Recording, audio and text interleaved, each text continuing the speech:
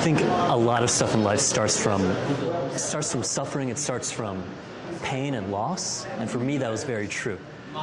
So as a kid, I found that life was really empty for me, and I went through a period of life, 15, 16, where I was super depressed, super anxious, and wanted to kill myself. And I found love at that time, at that exact time that I needed it. And for me, that manifested as meditation and mindfulness and learning how to kind of listen to my body and breathe, and that gave me space. And so, that's kind of where it started. There was a girl, too. Of course there was a girl. Yeah. Of course, you gotta always throw Heartbreak.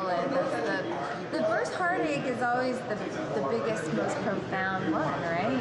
It's true. What was that feeling for you, your first heartache?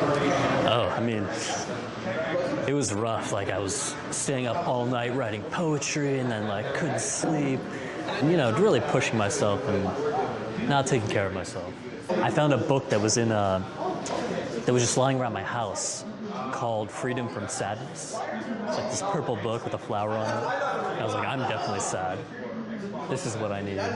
So I opened it up, not really expecting anything. But the first chapter was all about why cows don't get sad. We might have talked about this. But so why don't cows get sad? Because they don't really worry about what's going to happen in the future. They're not ruminating about what happens in the past. They're right here, right now. And in the present moment, things are all right.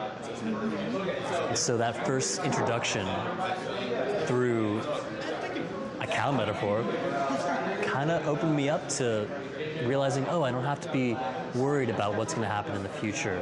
I don't have to be sad about what's gone on in the past. I can be right here. And that was that first little bit of space, like I was saying, that helped me just to keep going. And that meant a lot to me. So for me, really, the loss happened as a kid, and then later on in my life, I felt almost like a reverberation of that. Like in a cave, you clap and then you hear it clap, and then it's like a softer clap and a softer clap.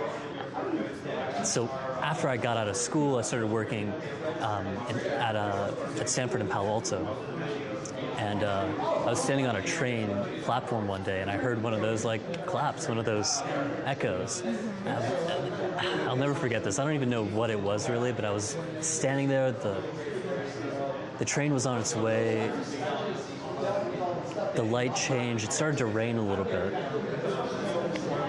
And I was just like, I haven't worked out what it is that's causing me pain. I sort of sidestepped it as a kid, but I suddenly felt in that moment I have to figure this out. And so that was actually the prompt for me to quit my job, and I bought a one-way ticket to India, to the Himalayan mountains, and I spent the next almost year of my life going from ashram to ashram, from monastery to monastery, meeting Tibetan monks, living with them in the mountains, learning to meditate, and that was actually the beginning of my company, Zen. You ever heard that expression, bread and butter? This is my bread and butter.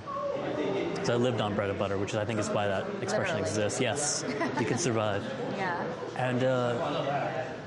And it was there alone after all of this, intellectualization and searching and not knowing what to do, that I actually found love by myself, sitting in the mountains,